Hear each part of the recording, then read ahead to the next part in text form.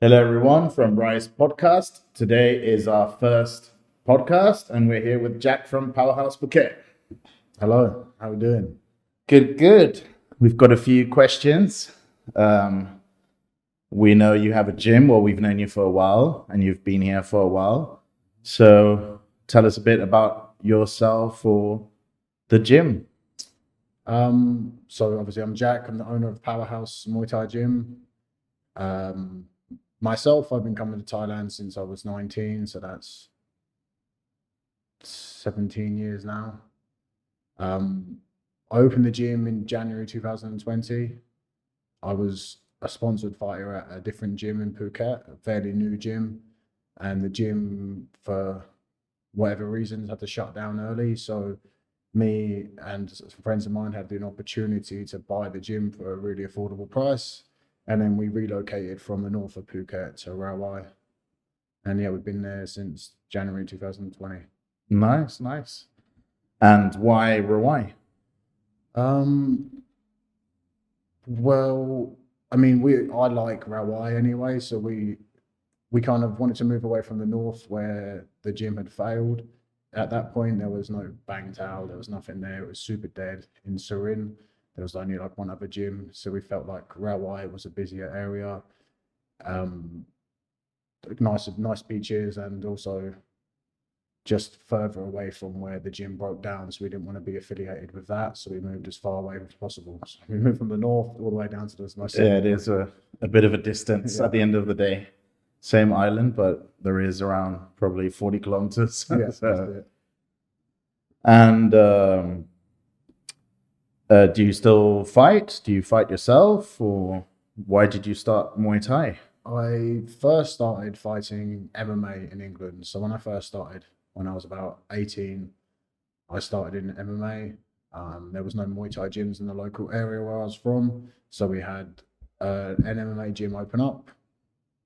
I started with MMA, really enjoyed it, but I was always more of a striker. So then I started coming to Thailand to train and then to work on my striking, as well as doing jiu-jitsu and wrestling and stuff. Uh, I came back and forth from Thailand, or from England to Thailand for about 5 years, and then I had a pro debut on Cage Warriors. So I came out here to do a fight camp. I was training at AKA at the time, and I got knocked out in training. I shot him for a takedown with a big Russian dude, and he threw up a jumping knee at the same time and knocked me out cold. So I had to pull out of that fight, and I decided to extend my trip in Thailand. And so what was a 2 month trip ended up being 2 years. And at that point, MMA fights were hard to find in Thailand. You had to go to China or travel elsewhere, other countries. So I started to just fight Muay Thai regularly, and I fell in love with the sport and the culture and the quality of life, the way of life out here. So I ended up staying 2 years in Thailand, doing the fight circuit in Phuket, in Chiang Mai, some in Bangkok. Yeah, that's when I really found my base in Muay Thai and really enjoyed it. I don't compete anymore. My last fight was December 2019. Now I just live for my fighters. You know what I mean? And you fought against one of my friends, if I don't remember wrong. Jay Tonkin. Yeah. No, Jay Tuvi. Toby, yeah. Toby, yes. Yeah, that was maybe my third MMA fight. And Yeah. what promotion or what was that? It was actually my home gym's promotion. So they did nice. they did a small show, and yeah, Jay and I fought like co-main event or something like that. Yeah. Yeah. But it's a small world at the end, you It know. is, yeah. I met my friend, some years ago in Thailand, and then suddenly I end up training in a gym where the owner That's right. He's Jack now as well, right? Jay? Yeah, he's huge now. He's doing proper bodybuilding now. Yeah, So I've seen him on the line, yeah. yeah. But and what about your gym? What else is there to know? Do you have sponsored fighters? Do you do group training, or what is your main Yes. focus? So I would say, for a lack of a better word, I'd say we were a boutique gym. So what I mean by that is small personal feel. We're not the biggest gym in Phuket by any stretch, but that leans into our kind of ethos and our strengths because I believe the bigger the gym, the bigger the numbers, and the quality begins to get diluted down when you've got 50 people in a class. It's good atmosphere, but it's hard for all the students and athletes to be able to get enough attention. So we have a limited number in every class. We try and cap it around 20 people so that the quality stays high. And to manage that, the busy times, we divide our classes up into beginner, intermediate, and advanced. So our advanced is our pros, our fight team. So we have a beginners class, which is for first timers and people on holiday and looking to just try and experience some Muay Thai where they don't want to spar or necessarily get hit or maybe not clinch. So the beginner class would be for that person. They have a little bit of experience, it goes to intermediate. If they are of a certain level and looking to compete, then we'll evaluate them in the intermediate class. And if we believe that they're going to be an asset to the fight team and, you know, safe to train with, not spar with an ego and stuff like that, then we move them up to the pro team and then they compete. They're training the fighters program and compete. Each category, so beginner, intermediate, and pros, the training is kind of tailored to their needs. So the pros more harder rounds, more complex techniques, some kind of fight strategy stuff. In the intermediates, we kind of cover the bases a little bit more and do repetitions so guys can get their technique down. And then the beginning class is just like real fundamentals, less focus on sparring and clinching and stuff like that, more about just finding the base and the footwork and developing the core techniques that are needed. But it sounds very interesting, and you have all the different sorts of levels to take care of, and it's good, you know, and also small groups. I think myself, well, one of the gyms that, you know, that I always go to is your gym at the end of the day, because I do feel that home vibe more, you know, taken care of than other big commercial gyms and stuff like that. And I think a lot of people look for that sort of gyms as well, because, you know, it's much more family minded. Or I think that people get confused. They want to go to the big shiny superstar gym, but unless you're of a certain level, I think that you generally get lost in there. That's not necessarily the right place for a beginner or intermediate. I think you'll have more success and you get more progression with your training when you go to these smaller gyms where there's a lot more attention to detail and the trainer to student ratio is not too high. I think they're a really good spot for guys looking to really develop. I think if you go to these big cookie cutter gyms, unless you're like a big name or a big following, it's hard to get the attention and the development you need. Yeah, because I think they won't look after you if you don't have a big name. That tends to be what I hear. You know, I don't know for sure. It was not my experience training in these gyms. I just worked hard, and I understood that. But we both know you're a good fighter yourself, so you know you probably got that attention anyway. Because I mean, sometimes yes and sometimes no, but that didn't deter me. But like, I knew that I come from a gym where you had to earn your stripes. You know, you had to work hard. And when I traveled to fight in traveled to train in Brazil, it was the same thing. You got tested and you got like pushed to the outside, but you just hung in there, and eventually you earned the respect, and you got. So you trained in Brazil? Yes, for a fight camp, I went out to Rio and did a month out there training. Nice. It was cool, pretty cool. That's I don't think there's a better place to go to get MMA done, that's for sure. I was fighting a judo black belt, so I was like, okay, I need to work on my striking was okay at the time, so I wanted to work on jiu-jitsu and some wrestling and stuff like that. So it was a toss-up between America and Brazil, and I figured America would be too much like England, so I wanted a little bit of a different culture, so I went over to Brazil. Nice. It was really cool. And what do you prefer, Thailand or Brazil? Oh, Thailand. Well, I guess so. That's why you're here. No, Brazil was cool, man, but I spent a month there in Rio. It was great. People were amazing. The Brazilians were super friendly. I don't think we paid for one training session. Me and my mate, they're just always like, "Oh, come along!" Like, "Oh, my friend has a gym, come here." And we went and trained with at Nova and Yao, where Aldo and then Henan Barral and those guys are from, and they just let us to come to their pro team sparring. Wow, I just got smashed every single session, but it was great. But Thailand for me is number one. Like I've traveled a bit and I've seen other countries, but for me, aside from Muay Thai, Thailand is definitely the spot for me. And do you think you're gonna retire in Thailand or It will go back certainly home? be, it will certainly be like a semi-permanent base for me. I think that I'll probably spend a bit more time in England in the future, but here will be my base for sure. Well, it's not a bad base, that's for No. sure. And do you coach yourself? Yes.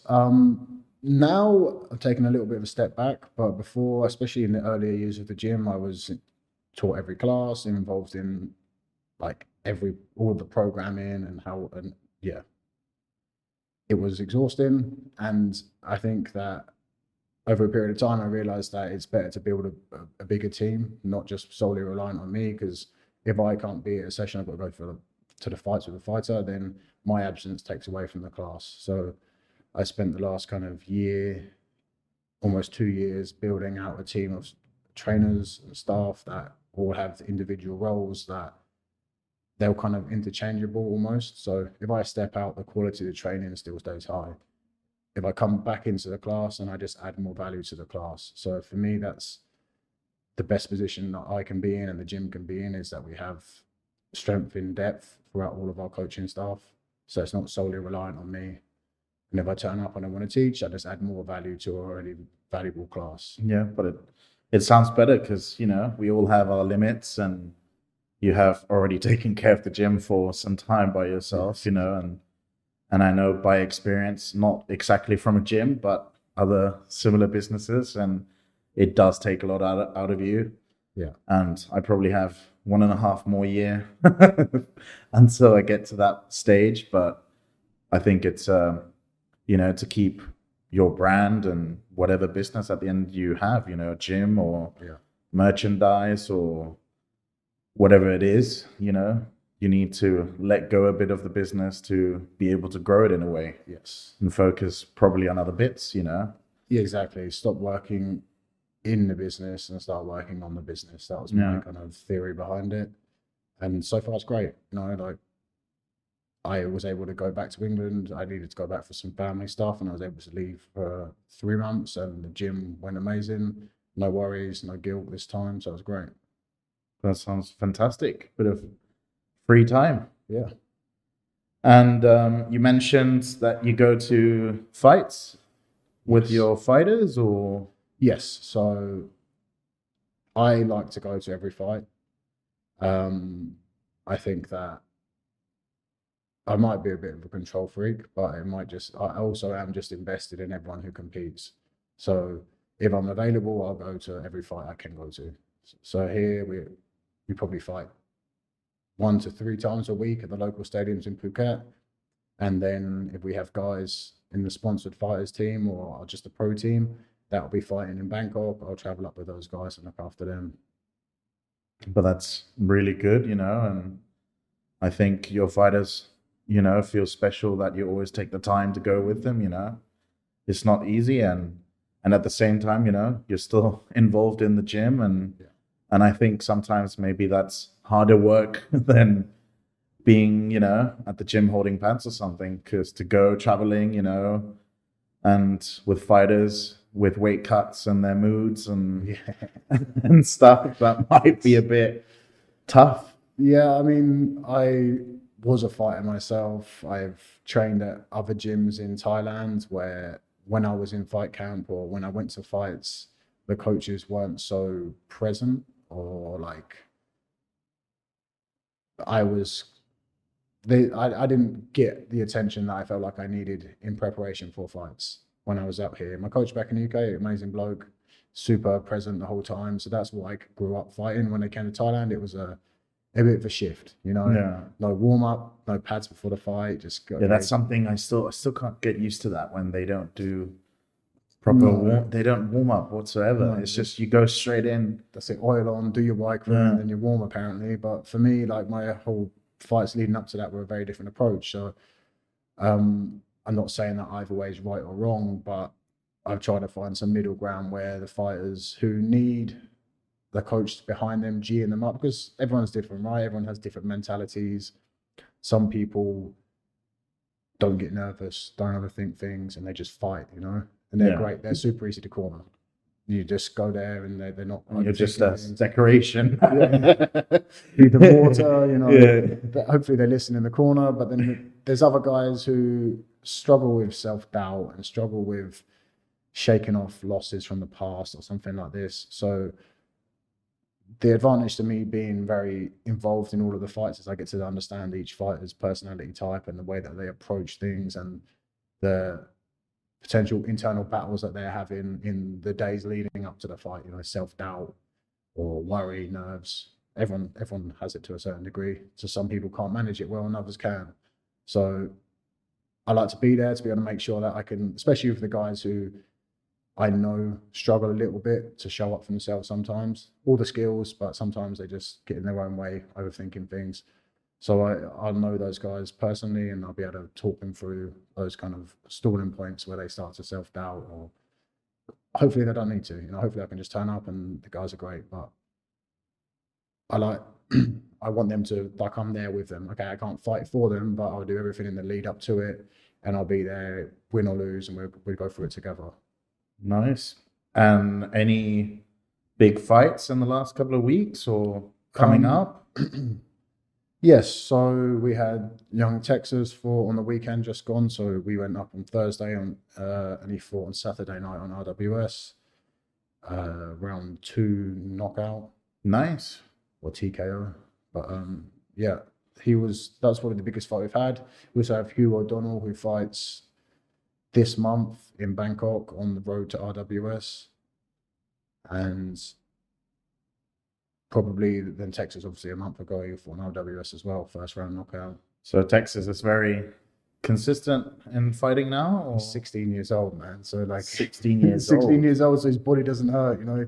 He can stay consistent. He lives a very dedicated, focused life. 16 years old, real potential to go far in the sport. People say it all the time, but he has all the skill and the work ethic to back it up and the mindset, you know. That sounds like a future star. I believe so. I mean, I saw it in him when he first come to the gym, maybe 3 years ago now, at like, was he 14, 13 years old? And he was good, you know, emotional, a bit raw, like very... Well, you know, 13 at the end of the day. Yeah. But he's matured a lot over the last kind of, was he now 16-1? He's just won. He had his first fight won. His second fight, his second pro fight ever, he lost. And he lost because he just, in my opinion, he was just a bit too, not like emotional. He just wanted to hurt him. He was just going crazy. And the guy just tied him up and out-clinched him and done this for a few rounds and won the fight. And then since then, he's been on 14 fight win streak. And over the last kind of 5 fights, he's just leveled up every single time massively. And does he fight people same age or? When he was below 16, we really made an effort to find people that's like similar age, no older than 18, because we were not concerned about his power, but we don't want it, like, he's young.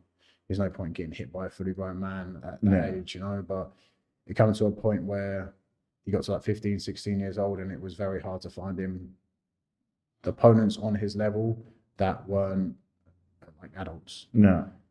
But now, you know, like his last maybe 7 fights have all been against adults. And he's still knocking everyone out. Yeah, I mean, I've just started sparring again recently, and out of everyone in the gym, he's probably the one who's hit me the hardest. And he's what does he fight in? What weight category? 58. 58. 56, 58, yeah. He, like, the last 2 fights, we've just started working on day before check weights. The fights leading up to that either weren't check weights or they were same day check weights for Sing Patong or Raja knockout. So now we're just trying to find the weight that works for him. We've done 2 weight cuts. The first one was 56.2. It was a bit too much for him, or for his first ever proper check weight. This fight we did 58 and he breezed it. So we're just trying to figure out where he's going to land. But he's also growing. So I was going to say, maybe next year he's going to be fighting in a different weight class. I've got a friend that after he turned 20, like he could not go back to 57 kilos. It was just impossible. Yeah. But he's still got probably some years on a similar weight. Yeah, I think so. I think 58 he made easy, but he was not like super shredded, So I think but at this point where he's fighting guys that aren't as good as him or like better than him, we don't need to worry too much about doing a big weight cut and having that extra 1% or the extra advantage of being a big guy in a small class. My main focus is just getting him out there, getting him active and gaining experience. And when we start to fight ranked guys within RWS, then he needs to settle on a weight class and try and progress through that weight class, because ultimately we're looking for some kind of title for him. Nice. And who does he train with normally at the gym? Yourself or? No, his trainer's Crew Joke. So he's from South Thailand, but fought in Bangkok a lot. Very good, very experienced trainer. Very present and engaged when he's teaching Texas. Nice. And when is he fighting next then? So he just fought on the weekend, and they messaged me saying that they're going to book him. They're going to look at their roster on Thursday, and they'll get back to me. This Thursday, they're going to check out the. Oh, okay. I don't know this Thursday already. Well, he could probably, because if he won in the second round, maybe he wasn't really hit. I'm sure he's not that hurt, but I think they have a law here in Thailand that you can only fight every 3 weeks minimum. True. Yeah. On TV, so. I mean, he would jump in next week if there was a fight. But he might go today. There wasn't a lot we needed to work on in the last 2 fights, so it's a case of just keeping the momentum, keeping RWS happy and interested in him, because right now he's hot shit. Like two knockouts within 1 round and 2 rounds, so they're pleased with him. And and if you keep pushing, also make sure, because sometimes when you get a bit confident, danger's always around the corner. If I was him at 16 years old, I would be the most arrogant in your life. This kid is so switched on and so like locked in on what he needs to do and who he wants to become, that he's not even arrogant. Like, he's just like, that's what I mean. His mindset and his mentality is like, sounds like he's got a very, very big future ahead of him. I think so, yeah. And I think next time you come, we'll probably have to bring him with you to have a chat with him before his next fight or something. Yeah, for sure. We'll get something locked in and I'll let you know. And I'm a bit lost myself today, as it is our first podcast. But do you have any plans in expanding your gym or? Yes. So we're currently looking at opening a gym in Krabi. So nice. I think that Krabi has potential to really explode in terms of like a tourist hotspot. So we are looking at going over to Krabi and trying to find some land and build a gym, but probably within a year's time. Certainly after this high season, that I can spread my attention a little bit wider and finish high season here, go over to Krabi and try and launch the new gym.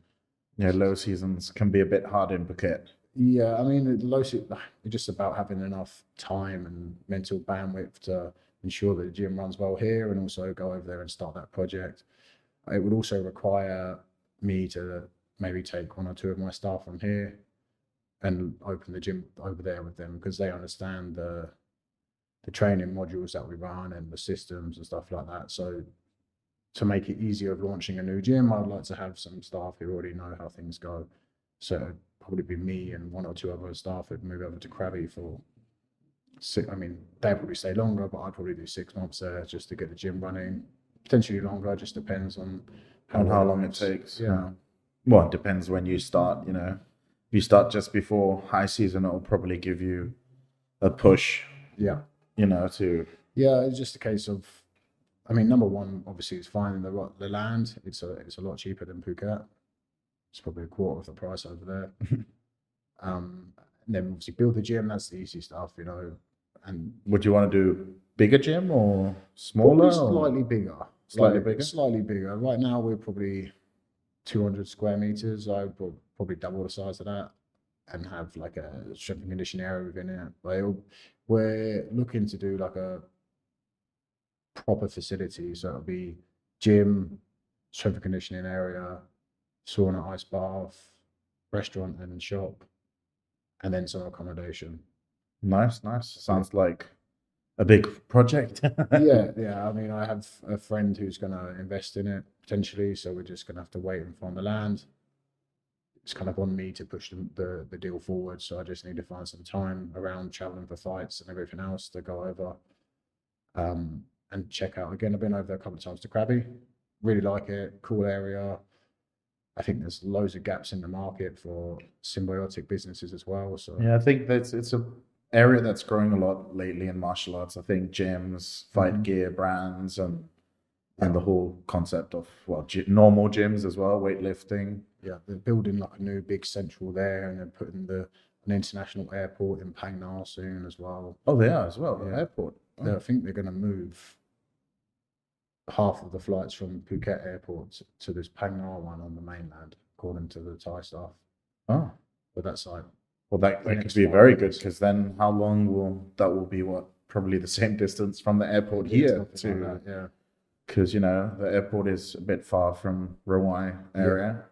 Yeah, I think that from the bits of kind of information I've heard from numerous people, the government are investing a lot of money into Krabi to make it another tourist hotspot. It obviously is for people who aren't outside of Muay Thai, but yeah, I think it's a good location, different demographic. The people, if you go to Krabi, you're probably not going to come to Phuket because they're very similar, like in terms of location and what they offer. So yeah, that would be the plan. But it's a pipeline thing for now. And what is the biggest challenge of owning a gym? I would say the challenges change. So when you Change. like putting out fires, you know, as I put one fire out, another one just open up somewhere else. Initially through COVID, it was staff retention. Obviously during COVID, I was having to, I lived month by month. I had no money. I had to pay all the staff, keep all the electric on, pay rent. Being a foreigner here in Thailand, I didn't get any kind of helps. Yeah. So that was tough. So initially, my biggest problem, first of all, was staff retention or retaining good staff. You know, so like, because of COVID, I couldn't afford to pay the staff what I would like to pay them and potentially what they were looking for. So maybe for the first 2 years, it was I'd get a good member of staff and then he'd go and leave to work somewhere else, or generally they were going to other countries.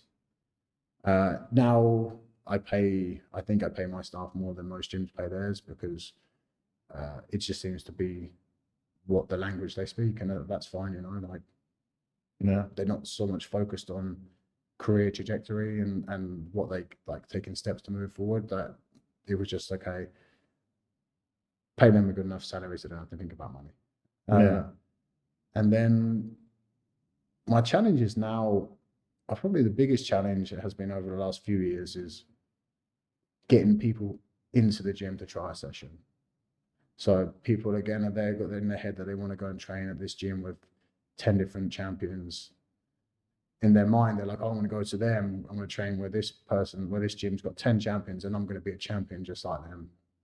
It takes a bit more than that. And generally speaking, they don't get to train even with the champions. You know, these guys are in their own private fighters class like we have or something like that. So I think that getting people to let go of the idea of what they actually think is going to be the best path for them and their progression, and come and try Powerhouse, because we have a slightly different approach. It's Thai style, but with like a Western influence. So we focus on drilling and lots of technique and stuff like that. As well as keeping all of the Thai fundamentals, we also bring in a lot of Western style training. So once someone comes to Powerhouse, the retention rate's super high. we've got loads of returning customers. It's just a case of getting someone to not go to this mega gym and just come and try a class with us, and they see the value. So I would say it's not like a huge challenge, but it's probably the biggest challenge that we're facing is. Do you do some sort of special deals or something for customers to bring them in, or? We run sales intermittently, and we have different kind of training packages.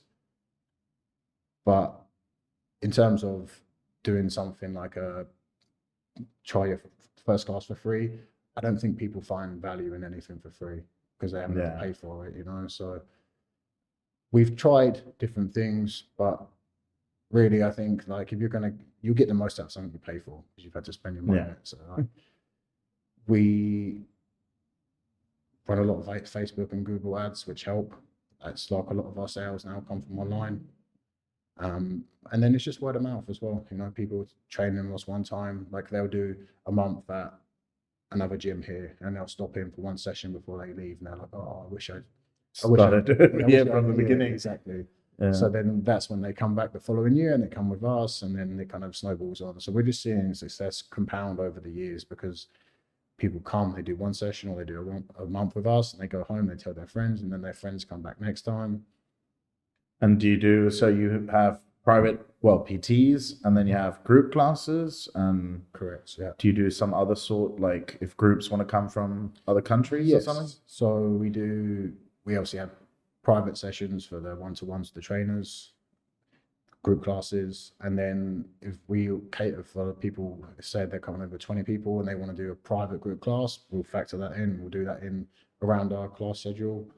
Or if it's like retreats, so we're working with a few different people who are going to bring people over, and we'll either, depending on the level, we'll mix them into our normal class, or if there's too many of them, then we'll put on a separate class for them. We also help arrange all excursions, hotels, nice transfers and stuff like that. So someone can just call you up, say 10 people, they can pretty much stay the level, and then you can organize a whole trip, airport transfer, stuff like that as well. Yeah, that's it. So if someone's like, okay, I want to come over from England and I have 10 people, we will help organize accommodation, sort out meals, ice bath, sauna, and massage, airport transfers, scooters if needed, any excursions that they want to do.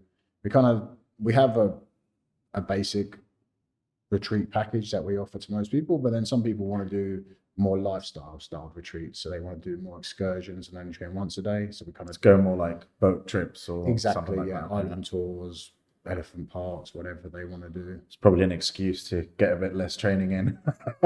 So for those people, exactly, they generally want to do one session a day, and then they want to do one excursion a day. So we kind of help facilitate all of that.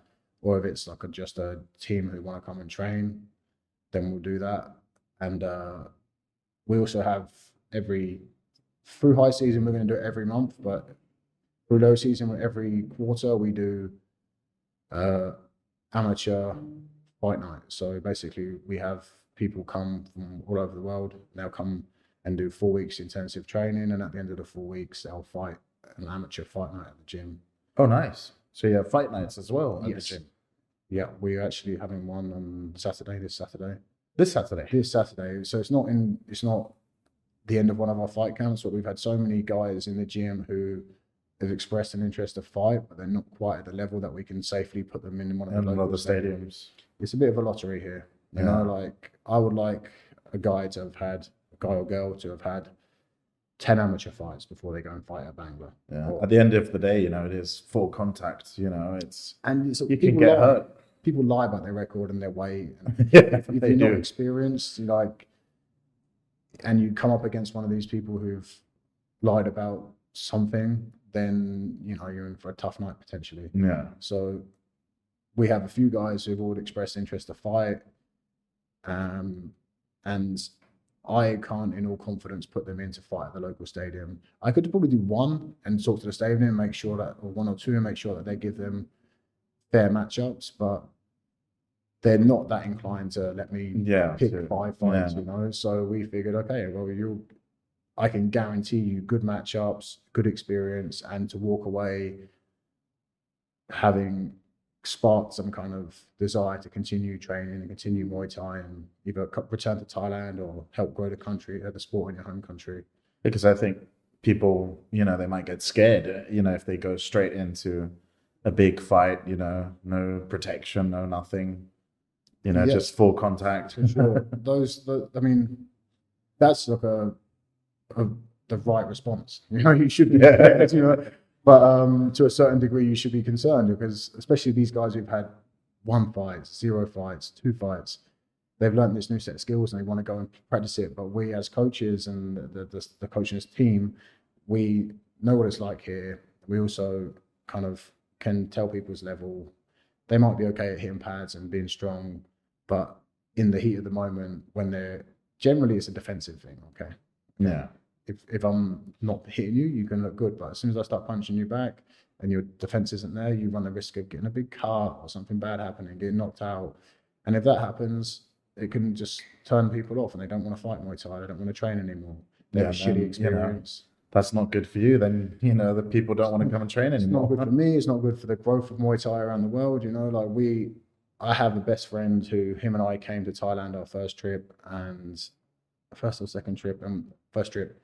We both fought and I had a very hard opponent and I won in the 5th round, but it was a fucking tough fight.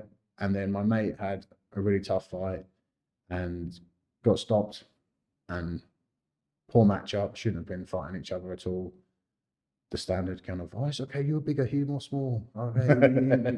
Okay, he's had 200 fights, but he's old. Yeah, they get that excuse, but I think if you've had 200 fights, you've had 200 fights. Yeah. Doesn't matter, I think, if you're 2 meters taller than the other guy. That happened and he lost his passion for the sport. He didn't know if it was for him anymore. It kind of just turned him off Muay Thai. And for me, it's something on the other path. So we both started together, but one terrible fight or shitty matchup for him just made him not want to compete anymore. And for me, it was like, okay, I had a tough matchup, but I won, and it just pushed me into competing, So I'm trying to help with, especially with the amateur fight night, the fight camp, is to make sure that people have the first few impressions that are good, good experiences, their first few fights. Okay, you're going to face tough fights, but after a few fights, you've kind of, whether you love it or not. Yeah. You don't need to learn in the moment against a really good guy if you love it or not, because if you don't, then it's a tough night. So the fight nights you do, they're at the gym, right? Yes. And they're with shin pads or? Yes. So for the most part, we do like shin pads, big gloves. If both fighters want, we'll put elbow pads on too. So we've had all the way from guys making their first fights where it's 16-ounce gloves and shin pads to guys who wanted to fight pro rules. So a couple of fight camps ago, we had 2 guys fight and they fought in smaller gloves, no shin pads. They threw elbows. We had a doctor. We had a doctor come through. Yeah, I remember that. Yeah. So they were of like slightly higher level. So and there was one guy, and it made a good main event for the show. So we put him on the show, and it was a good experience. No one got hurt. So, but generally the rules are kind of bigger gloves, shin pads, no elbows, but we go from that all the way up to full pro rules. Nice. But it's good. Then you can put everyone in the fight night, and also fun for people going to watch. Yeah, it's always a good. And atmosphere. To go to watch, anyone from any gym can go watch, or that's how does that work? Works. Yeah, we look to take fighters from other gyms, so we source guys from local gyms, and then anyone from their gym can come along and watch the fight. Small entry, you get 500 baht entry, and you get free beer, and you get to watch punch on. Well, we'll definitely have to go again. Next, you said this Saturday. This Saturday. So through high season, we ourselves and another gym are going to share the months. So I already have some months booked out for our fight camps that we run every quarter, and in between those, I'm going to take 1 month, and another gym's going to take 1 month, and we're just going to put on amateur shows. So one gym, their fight show, and then 1 month. Oh, so okay. I think over the next 6 months, I'll probably do 3 or 4, and they'll do 2 or 3. Okay. And that's just because we have a good relationship with them, and also because it's going into high season, we get all these people that want to fight. And again, if you're at the level where we can put you to the local stadium, we'll do that because that's the full experience. But if just the desire to fight pro doesn't mean you should, you know. Yeah. You need to have a certain level of defense and be well rounded enough to be able to kind of. Well, and it can be easy to hit pads. You can be very good, but then, you know, the pads don't hit you back that much. No. Some Thai coaches, they do hit a bit more, but, Yeah. you know, they're not going to try and knock you out. No, that's it. And I think it's about being how you react when things aren't going your way. So having some experience allows you to keep a cool head. If the flight starts to shift in your opponent's favor, you need to be able to keep a cool head and then be almost emotionally detached from what's happening in that moment and get back to your game and winning. Whereas if guys who hadn't had any experience, they're not going to be able to kind of use that strategy. They're not going to be able to use their mental game to be able to set the fight back on path. So that's why experience is valuable. You know, when the guys need to have some experience of hard times before they fight at the local stadium. Nice. And what is a crazy thing that has happened in Powerhouse, or any crazy experience, or something in Thailand in general after so many years being here? I don't know. I think my or too many things. My gauge on crazy's probably shifted a lot now. Maybe it's stuff we can't talk about on here. I'm trying to think. Crazy things. COVID probably wasn't the maddest experience of my life. Being quarantined into Rawai, not being able to leave Rawai. All the Thais looking at you like you're a walking disease for a period of time. Yeah, I remember that. I was in Bangkok at that point, but my God, people, they saw a foreigner and it was like, it was all our fault. Yeah. But yeah, that COVID was wild. It was a pretty intense time for me. But other than that, the crazy times are just, I don't know, cool fights that happened, exciting finishes, people who you expect to not do so well, or like you're not too sure if they're going to succeed, go out there and just have an insane fight. Well, that's also something you must be proud of, no? To see people, you know, you're showing people from zero and then taking them out to fight. Yeah. It must feel really good inside at the end of the day. Yeah, that's it. I mean, that's the biggest enjoyment for me, is like going through the fights with people and seeing people progress and overcome obstacles, like personal obstacles, you know, stuff that I can't do for them. That's where I get my enjoyment now. Obviously, I don't fight anymore, but being in the corner and going through it all is. Are you going to do a retirement fight or something? Or? I do. I hit pads once or I spar once, and I'm like, I'm gonna do this, and then you're like, no. Then you see someone cutting weight, and you're like, nope, not gonna happen. Yeah, just 2 or 3 days of training more than once a day, and my body's wrecked. For me, fighting was always an avenue to get to where I am now. So I have not when I first started fighting, I just started fighting because fear, emotional reasons. I think like I just wanted to be and test tough. Yourself out, right? And I think at the end of the day, we all, after we train so long, we want to see, you know, what we're capable of doing in a way. I started training because I was like getting a bit terrorized in my later years in school, and I just was like, I didn't want to feel scared, you know, like these guys kind of bully me a little bit and chase me out of school, and I was like, I don't want to be scared. I want to be able to just handle myself in any situation and be able to stay cool under pressure. So then martial arts was a great way to do that. And I was also a bit on a wayward path when I was in my early teens, mid-teens, getting up to all sorts of no good. And a bit of a cliche, you know. Martial arts definitely changed my life and set me on a path of like self-control and and just personal development, I guess. Well, and it ended up giving you a whole career at the end of the day, and your own business. You know, I think it's a lot of people's dream to come to a place like Thailand and be able to create something. But it certainly was mine as well. Like I was probably 5 years before I opened a gym. I decided that okay, I want to. Whenever I'm done fighting, I want to open a gym and I want to teach and I want to be involved in the sport forever, to one way or another.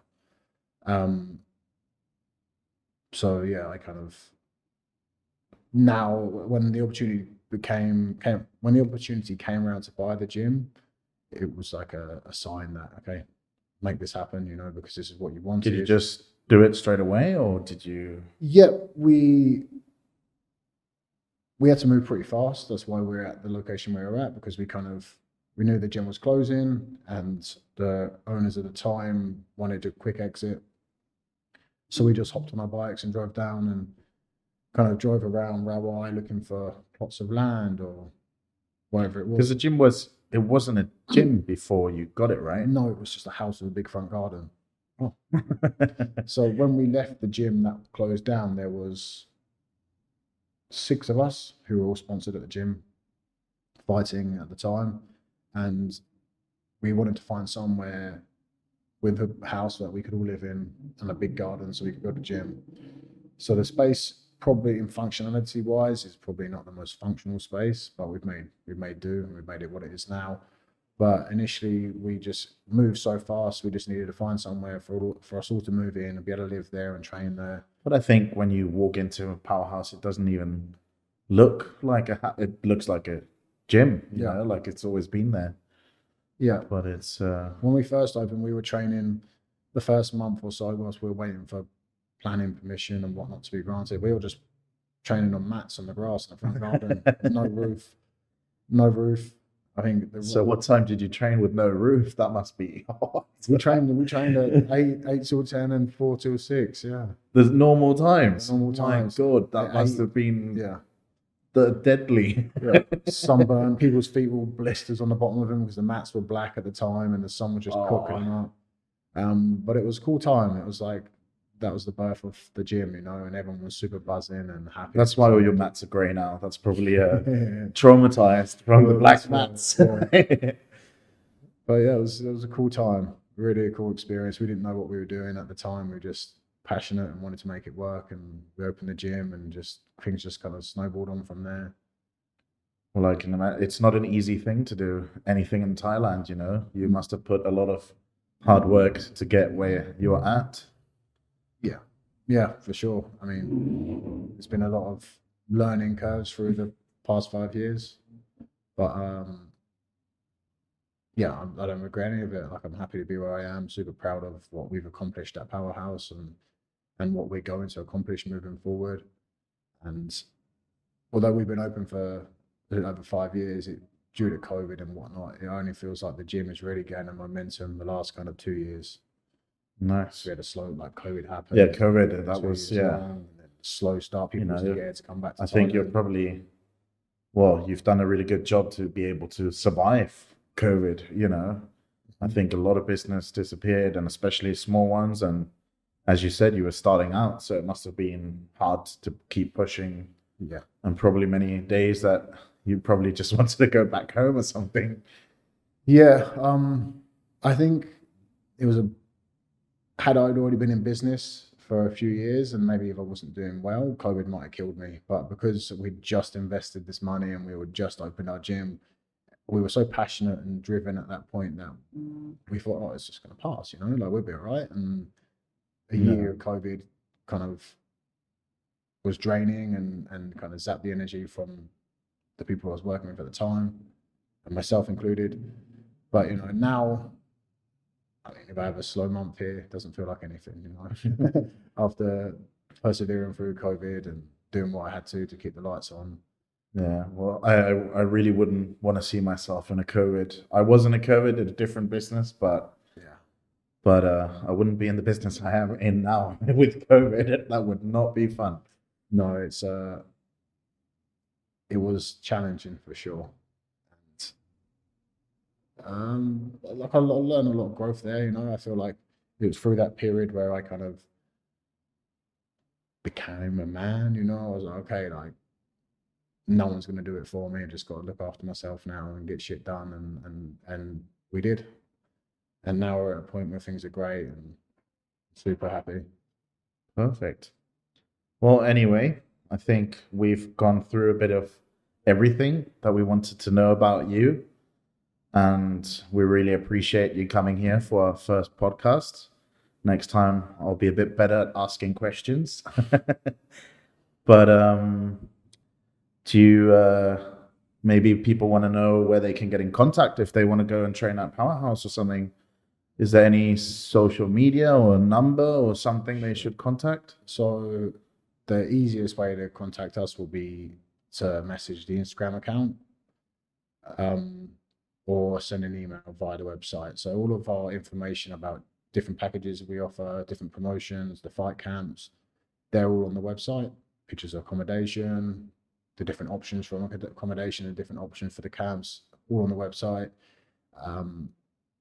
You can either email via there, book a call. So some of the camps, the fight camps especially, you have to book a call in with me, and then we have a video call or a phone call to kind of make sure that you are of the right level to come to the fight camp.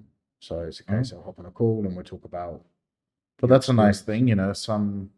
Well, I guess that comes down to the more home type sort of gym. Yeah. You know, because commercial gyms, they would probably tell you to fuck off. Yeah.